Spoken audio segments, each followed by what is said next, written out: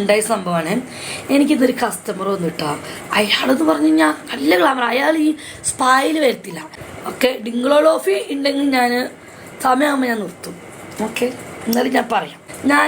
എനിക്ക് ഇപ്പം ഇന്ന് പോയ കസ്റ്റമർ ഇതിന് മുന്നേ എന്നെ വിളിച്ചിട്ടുണ്ടായിരുന്നു. ബിജി ഞാനിങ്ങനെ സ്പായിലാണെങ്കിൽ വരത്തില്ല, ഞാൻ റൂം എടുത്താൽ നീ വരുമോ എന്ന് ചോദിച്ചു എന്നോട്. ഓക്കെ, പുള്ളിക്കാരൻ കേൾക്കട്ടെ, ഞാൻ ആളെ കണ്ടിട്ടില്ല, എന്നെ എപ്പോഴും വിളിക്കും.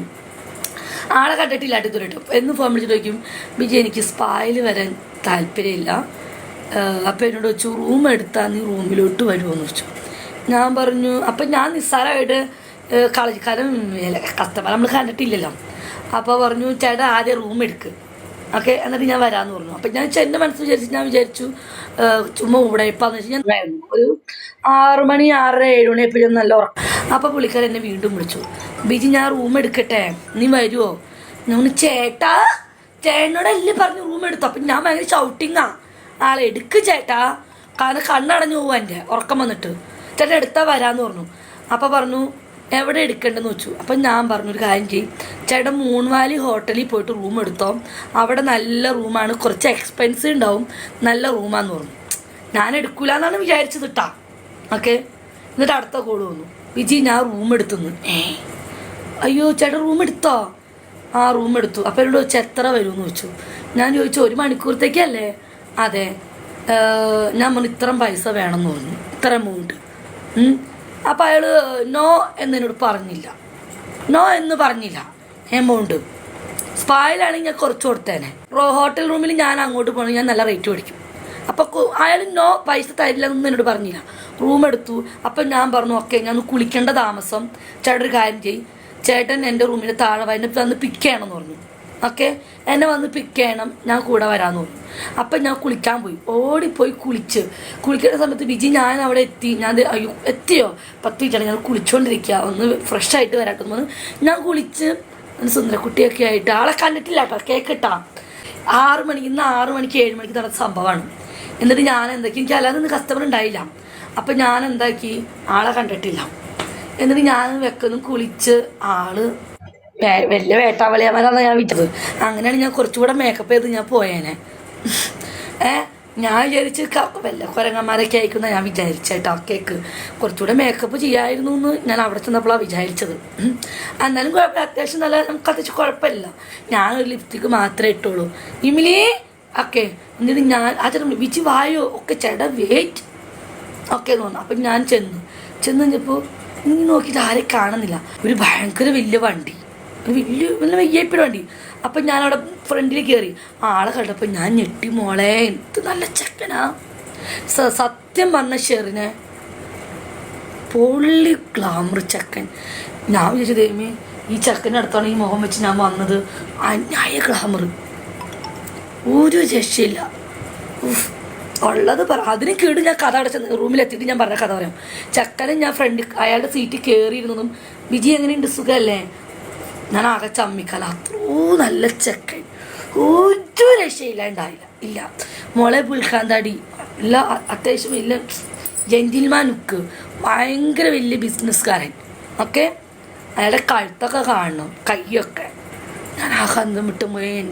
ഞാൻ ആ ചേട്ടൻ ഒന്നുമല്ല. ആ ചേട്ടനോട് പറയാം എത്ര നാളത്തെ ആഗ്രഹമെന്നറിയോ, നിന്നെ ഒന്ന് കാണണം. അന്ന് ഞാൻ നിന്നോട് വിളിച്ച് കുറേ നാളായി, നിൻ്റെ വീഡിയോസ് കണ്ടു, എനിക്കൊരു കാവ്യമാതനെ കാണുന്നപ്പോഴത്തെ എക്സ്പ്രഷൻ. ഞാൻ പറഞ്ഞു എന്നെയോ ചേട്ടാ, ചുയുങ്കോ ഉണ്ടോ, ചുയുങ്കോ വേണോ, ഇന്നാ ചുയുങ്കോ എടുത്തോ എന്ന് പറഞ്ഞു. എന്നിട്ട് ഞാൻ വണ്ടിയിലിരുന്ന് നല്ല ചിരിച്ചപ്പം അവിടെ സ്റ്റോപ്പ് വണ്ടിയിലെത്തി. അപ്പം ഞാൻ പറഞ്ഞു ഞാനിവിടെ ഇറങ്ങാം, ഞാനിവിടെ നിൽക്കാം. ചേട്ടൻ കാർഡ് റൂം എടുത്തിട്ടുണ്ടല്ലോ, ചേട്ടൻ ആദ്യം കയറി, ഞാൻ ചേട്ടൻ പിന്നാലെ ലിഫ്റ്റിൽ കയറി വരാമെന്ന് പറഞ്ഞു. അങ്ങനെ ഞാൻ ഇറങ്ങി അച്ഛൻ്റെ വണ്ടി പാർക്ക് ചെയ്തിട്ട് ഞാൻ ആ റിസപ്ഷനിൽ പോയിരുന്നു. അപ്പോൾ ആ ചേട്ടൻ വന്നു, ഞാൻ ആ ചേട്ടൻ്റെ കൂടെ മോളിൽ പോയി റൂം എടുത്ത് നല്ല റൂം, കിച്ചണുണ്ട്, നല്ല അടിപൊളി ബാത്റൂം, 3-4 ആളോ എനിക്കറിയാം, വലിയ റൂമും കാര്യങ്ങളൊക്കെയാണ്. അപ്പം അത്തരം 450 രൂപ ഒരു റൂമിൻ്റെ റെൻറ്റ്, ഒരു ദിവസം ഫുള്ളും കിടക്കാം. അയാൾ 1 മണിക്കൂറത്തേക്ക് 450 രൂപ മുടക്കി ആ റൂം എടുത്തു എന്നെ കാണാൻ വേണ്ടിയിട്ട്. അതിന് ഇരട്ടി കാശ് എനിക്കും തന്നു. അയാൾ നല്ല കാശുകാരനും ഒക്കെ നല്ല അടിപൊളി ചെക്കൻ. അയ്യോ ഒന്നും പറയില്ല. എന്നിട്ട് ഞാൻ റൂമിൽ കയറി. അപ്പോൾ റൂമിൽ കയറിയിട്ട് ഇങ്ങനെ ഓരോ കഥകളൊക്കെ പറഞ്ഞ് ഓടി വന്നിട്ട് എൻ്റെ കഴുത്തരുതാ ഇത് ഞാനാണെങ്കിൽ എൻ്റെ കൈ 2 തോളിൽ കൈ വെച്ച് നിങ്ങൾ നോക്കി എന്നിട്ട് തല ഇങ്ങനെ പൊക്കി. എത്ര നാളായെന്ന് അറിയോ ഞാൻ നിന്നെ ഒന്ന് കാണാൻ കൊതിക്കുന്നു. സത്യം തല പൊന്തിക്കുമോ ചേട്ടാ? എനിക്ക് നാണം വന്നു. ശോഭിച്ച് ഞാൻ പറഞ്ഞു ലേറ്റ് ഒന്ന് കിടത്തുമോ? ലേറ്റ് എന്തിനാ കിടത്തണേ ചേട്ടാ? ബാത്റൂമിലെ വാതിൽ തുറന്നിട്ട് ഈ 2-3 വെട്ടം ഒന്ന് കിടത്തുമോ എന്ന് പറഞ്ഞു. എനിക്ക് വെട്ടം കിടത്തിയിട്ട് ചേട്ടൻ്റെ തല പൊന്തിച്ചോ എന്ന് പറഞ്ഞിട്ടോ. ഞാൻ ഇച്ചിരി വെള്ളം കുടിക്കട്ടെ. വെള്ളം കുടിക്കട്ടെ, എനിക്ക് വെള്ളം തായ്ക്കണോ പറയും. കഥ പറയുമ്പോൾ വെള്ളം വേണം. പോവല്ലേ, നിക്ക് ഒന്ന് പോടാ.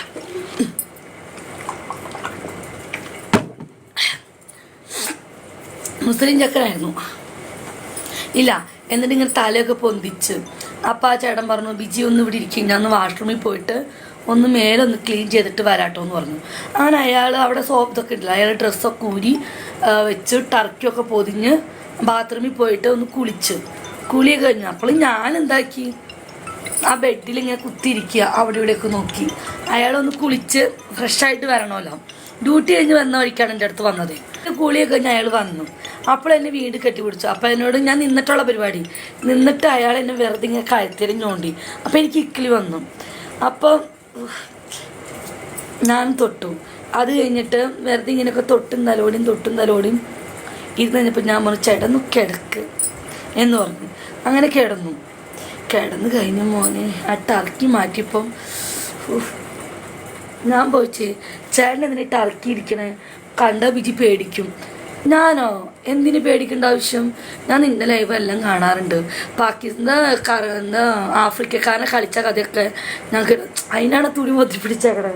ചേട്ടൻ മാറ്റിക്കോളാൻ പറഞ്ഞു. ബിജി നാണാവണു. ഷോ എന്നാൽ ഞാൻ മാറ്റിക്കോളാന്ന് പറഞ്ഞു.